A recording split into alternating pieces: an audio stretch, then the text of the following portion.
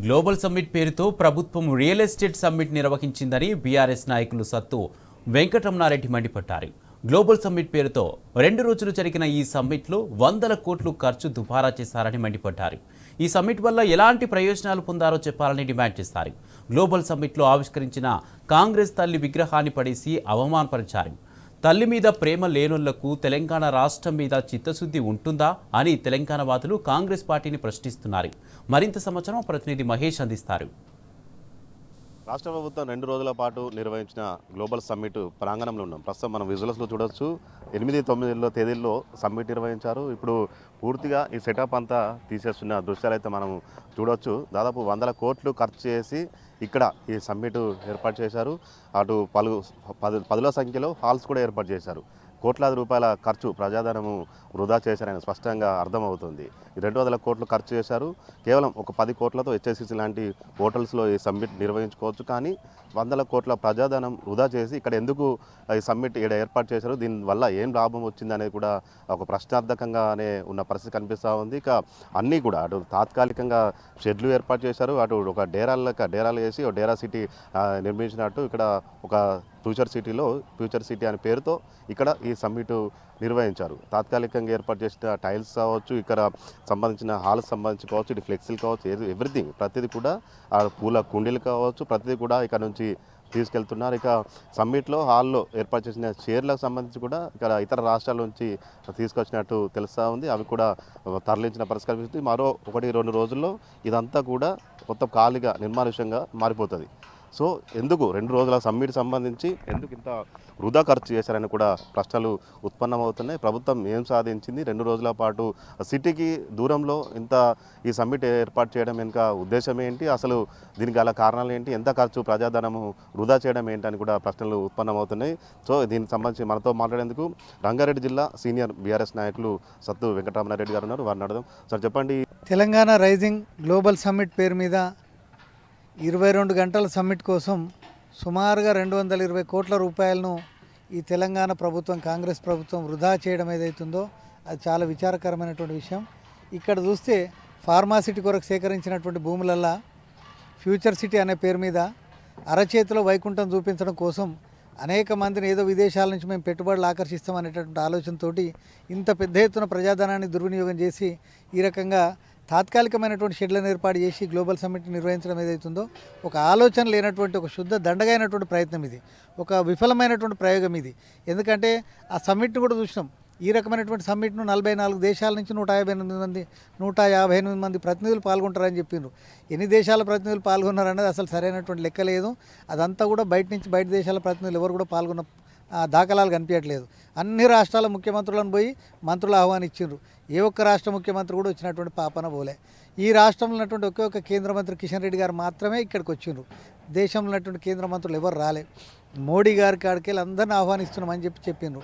దీంతో ఏం సాధించదలుచుకున్నారు అనేటటువంటిది అర్థం కాలే. ఇంత పెద్ద ఎత్తున ప్రజాధనం పెట్టి ఈ రకంగా టెంట్లు వేసి, డేర్లు వేసి, ఈ రకమైనటువంటి తాత్కాలికమైనటువంటి గడ్డి పెట్టి ఇంత పెద్ద ఈ రకంగా చేసి ఎక్కడెక్కడనో ఇతర రాష్ట్రాల నుంచి, ఢిల్లీ నుంచి చైర్లు తెప్పించి ఈ రకంగా చేయడంతో ఏం సాధించారు అనేటటువంటిది అర్థం అవ్వట్లేదు. అదే ఈ రకమైనటువంటి సమ్మిట్ పెట్టుకోవాలంటే కొద్దిమంది ప్రతినిధులతో పెట్టుకోవాలని అనుకుంటే మనకు హైదరాబాద్లో హైటెక్స్ లాంటి అనేక ప్రాంతాలు ఉన్నాయి, పెద్ద పెద్ద హోటళ్ళు ఉన్నాయి, 5 స్టార్ హోటల్స్ ఉన్నాయి.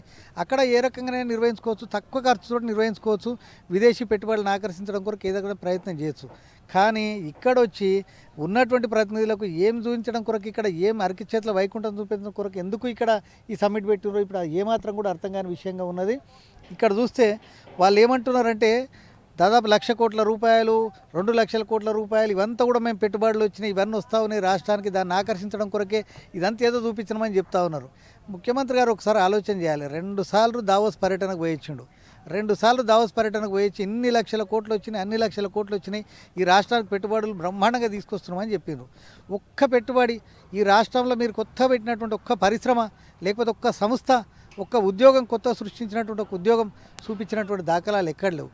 కేవలం ఏంటంటే ఇక్కడ ఫార్మాసిటీ కొరకు గతంలో బీఆర్ఎస్ ప్రభుత్వం కేసీఆర్ గారు సేకరించినటువంటి 13,500 ఎకరాలు ఏవైతున్నాయో వీటిని చూయించి ఇక్కడ వ్యాపారం చేయాలి, రియల్ ఎస్టేట్ చేయాలి అనేటటువంటి ఒకే ఒక దుర్బుద్ధితోటి, దురాశతోటి మాత్రమే ఇక్కడ ఈ గ్లోబల్ సమ్మిట్ పేరు మీద ఈ యొక్క ఇంత పెద్ద ఎత్తున హంగు ఆర్భాటం చేసిందని చెప్పేసి ఈ ప్రాంత ప్రజలందరూ కూడా భావిస్తూ ఉన్నారు. 100 కోట్ల రూపాయల ప్రజాధనం దుర్వినియోగమైంది. ఇలా ఉద్యోగస్తులకు సరిగ్గా జీతాలు ఇచ్చేటటువంటి పరిస్థితి లేదు, పీఆర్సీ గురించి ఊసెత్తేటటువంటి పరిస్థితి లేదు, రిటైర్డ్ అయినటువంటి ఉద్యోగులకు బెనిఫిట్స్ ఇచ్చేటటువంటి పరిస్థితి లేదు, అనేక మంది ఈరోజు ఆర్టీసీకి సంబంధించినటువంటి బకాయిలు ఇచ్చేటటువంటి పరిస్థితి లేదు, రైతులకు రైతు బంధు ఇచ్చేటటువంటి పరిస్థితి లేదు, చనిపోయినటువంటి వాళ్ళకు రైతు బీమా ఇచ్చేటటువంటి పరిస్థితి లేదు. ఆ రకంగా విద్యార్థులకు సుమారుగా 10,000 కోట్ల రూపాయల స్కాలర్షిప్లు ఇవాళ ఫీజు రియంబర్స్మెంట్లు పెండింగ్ ఉన్నాయి, వాటిని ఇచ్చేటటువంటి పరిస్థితి లేదు. కేవలం ఏందనంటే ప్రజాధనాన్ని దుర్వినియోగం చేయడం కొరకు, వాళ్ళ డంబాచారం చూపించుకోవడం కొరకు, కేవలం ముఖ్యమంత్రి ఏదో నేను డంబాచారం చూపించుకోవడం కొరకు చేసినటువంటి ఈ సమ్మిట్ ఏదైతే ఉన్నదో ఇది అట్టర్ ఫ్లాప్ షో. దీని నుంచి ఏమాత్రం రాష్ట్రానికి పెట్టుబడులు వచ్చేటటువంటి పరిస్థితి లేదు. ఈ ప్రాంతంలో ఉన్నటువంటి గత ప్రభుత్వం సేకరించినటువంటి విలువైన భూముల మీద వ్యాపారం చేయాలనేటటువంటి ఒకే ఒక దృక్పథంతో మాత్రమే ఇక్కడ ఈ సమ్మిట్ నిర్వహించినట్టుగా స్పష్టంగా అర్థమవుతోంది. దానికోసం ఇంత 100 కోట్ల రూపాయల ప్రజాధనాన్ని దుర్వినియోగం చేయడం ఏదైతే ఉందో అది ఎట్టి పరిస్థితులలో క్షమించరానటువంటి నేరం. తెలంగాణ సమాజం దీన్ని ఏ స్థాయిలో కూడా హర్షించదు. అసలు ఏమాత్రం కొంచెమన్నా బాధ అనిపించాలి. తెలంగాణ తల్లి విగ్రహం రూపురేఖలు మార్చారు. కనీసం మీరు రూపురేఖలు మార్చిన తెలంగాణ తల్లి విగ్రహాన్ని డిసెంబర్ 9 తారీఖు నాడు ముఖ్యమంత్రి గారు స్వయంగా తన చేతుల మీద ఇక్కడ ఆవిష్కరించారు. ఆ విగ్రహాన్ని కూడా ఇలా చెత్తకుప్పలు పడేసిపోయినటువంటి పరిస్థితి కనిపిస్తూ ఉన్నది. అసలు ఇక్కడ ఏ ఉద్దేశంతో ఏ రకమైనటువంటి ఆలోచనతో ఈ పద్ధతులు చేస్తూ ఉన్నారో మాకు ఎక్కడ కూడా అర్థం కావడం లేదు. కాబట్టి ఖచ్చితంగా ఇదంతా కూడా కేవలం ప్రజాధనం దుర్వినియోగం, అట్టర్ ఫ్లాప్ షో. ముఖ్యమంత్రి నేనంతేదో చేస్తున్నా అని చూపించుకోవడం కొరకు చేసిన ప్రయత్నం. ఆయన కేటీఆర్ గారు మంత్రిగా ఉంటే, ఐటీ మంత్రిగా కానీ, పరిశ్రమల మంత్రిగా కానీ ఉంటే అనేక మందిని విదేశాలు తిరిగి అనేక మందిని ఒప్పించి మెప్పించి అనేక రకాలైనటువంటి విదేశీ పెట్టుబడులను రాష్ట్రానికి తీసుకురాగలిగినరు, అనేక సంస్థలను తీసుకురాగలిగినరు. ఐటీ ఉత్పత్తులను సుమారుగా 30,000 కోట్ల నుంచి 2.5 లక్షల కోట్ల ఐటీ 19 లక్షల ఉద్యోగాలను ప్రైవేట్ రంగంలో సృష్టించగలిగినరు. ఆ రకంగా పెట్టుబడులను ఆకర్షించగలిగారు. కానీ ఈ రకంగా ప్రజాధనాన్ని దుర్వినియోగం చేసి ఎవరినో ఆకర్షించేటటువంటి పేరు మీద నీ గొప్పతనం చాటుకోవడం కొరకు చేసే ప్రయత్నాలు, ఇటువంటి చిచోర ప్రయత్నాలు ఆ రోజు ఎప్పుడు కూడా జరగలే. కేవలం ఇది వన్ మ్యాన్ షోగా చేసుకోవడం కొరకు ముఖ్యమంత్రి మొత్తం నేనేదో పెద్ద ప్రపంచాన్ని ఉద్ధరిస్తున్నాను చూపించడం కొరకు చేసినటువంటి ఒక వృధా ప్రయాస తప్పిస్తే దీంట్లో తెలంగాణ సమాజానికి ఒక రూపాయి వంతు కూడా ఒరిగిందేం లేదనేటటువంటిది స్పష్టంగా మాకు అర్థమవుతోంది. ఒకవైపేమో శాసనసభను తప్పిదారు పట్టిస్తున్నారు, కోర్టును తప్పుదారి పట్టిస్తున్నారు, మేము ఫార్మాసిటీ యథావిధిగా కొనసాగిస్తున్నామని చెప్తున్నారు. ఈ రెండిట్లను తప్పుదారి పట్టించడం కాకుండా ప్రజలను తప్పుదారి పట్టించే విధంగా ఈ రకంగా ఈ ఫార్మాకు సేకరించినటువంటి భూములల్లో ఒకవైపేమో స్కిల్ యూనివర్సిటీ అని, ఒకవైపేమో గ్లోబల్ సమ్మిట్ అని, ఈ రకంగా ఏదో ఆర్భాటం చేసుకుంటా ఈ ప్రాంతంలో ఏదో ఒక హైప్ తీసుకురావడం కొరకు వాళ్ళు చేస్తున్నటువంటి ప్రయత్నం ఏదైతుందో ఇది ఖచ్చితంగా హర్షించేటటువంటి విషయం కాదు.